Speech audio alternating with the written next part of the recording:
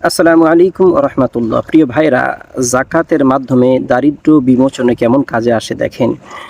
জাকাত প্রদানের মাধ্যমে সমাজে ধনীর ব্যক্তিত্বের বিকাশ ঘটে, ফলে সমাজে তার মর্যাদা পূর্ণ স্থান অর্জিত হয়। জাকাত ব্যবস্থা মানুষের মধ্যে উঁচু নিচু ভেদাভেদ দূর করে সকলের মধ্যে সমতা আনায়ন করে। এটা পারস্পরিক ঘৃণা ও বিদ্বেষ দূর করে মানুষে মানুষে ভ্রাতৃত্বের বন্ধনে বিকাশ ঘটায়। জাকাতের ব্যবস্থা বাস্তবায়নের মাধ্যমে সমাজে ধনী দরিদ্রের মধ্যে বিরাজমান গগনচুম্বী বৈষম্য ধীরে ধীরে কমে আসে এবং সমাজে অর্থনৈতিক সাম্যের পরিবেশ সৃষ্টি হয়। কাজেই আমার প্রিয় ভাইরা, জাকাত এটা দারিদ্র্য বিমোচনে রাসূলুল্লাহ সাল্লাল্লাহু আলাইহি সাল্লামের সবথেকে বড় একটা কাজ ছিল, আল্লাহ তাআলার হুকুম।